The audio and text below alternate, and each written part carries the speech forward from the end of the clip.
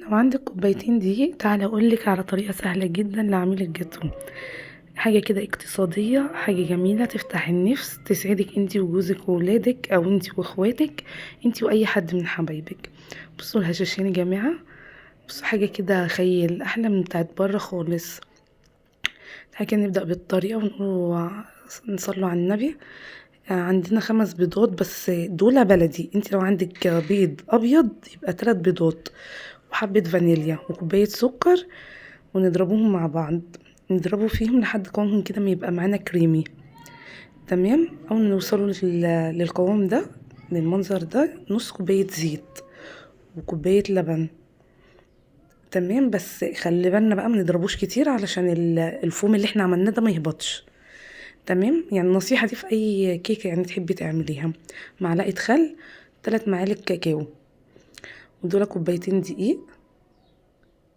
تمام. هي الطريقة سريعة شوية بس عشان بختصر لكم من الفيديو. دي كده تاني كوباية دقيق. تمام. ونقلبه برضو، بصوا بالراحة خالص. كيس بيكنج باودر كامل. كمان تمام، سواء النوع ده او كيك شيف او اي نوع، المهم الكيس كامل.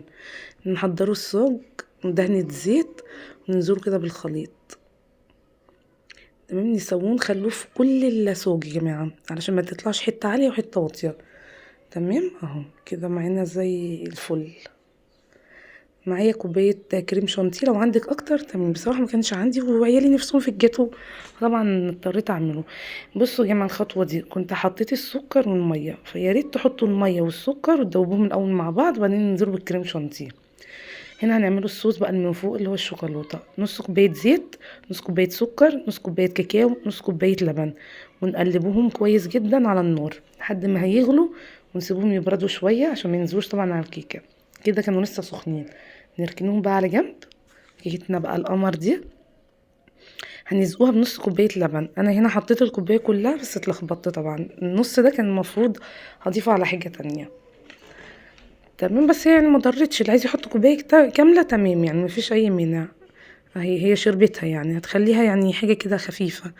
بس لو مش بتحبوها طريه قوي يبقى خلينا نص كوبايه تمام. اهو زي ما انتم شايفين. هنا بقى هنغلفوها بالكريم شانتيه اللي احنا عملناه.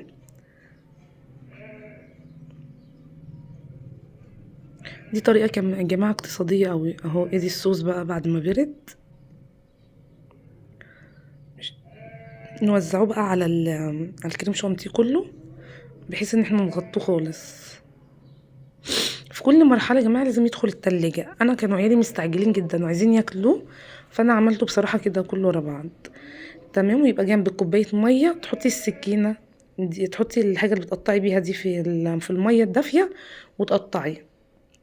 هتطلع معاكي تحفة يعني. انا بصوا كلها سايحة في بعضها، بس والله بجد بتطلع تحفة لما بترتاح شوية في التلاجة.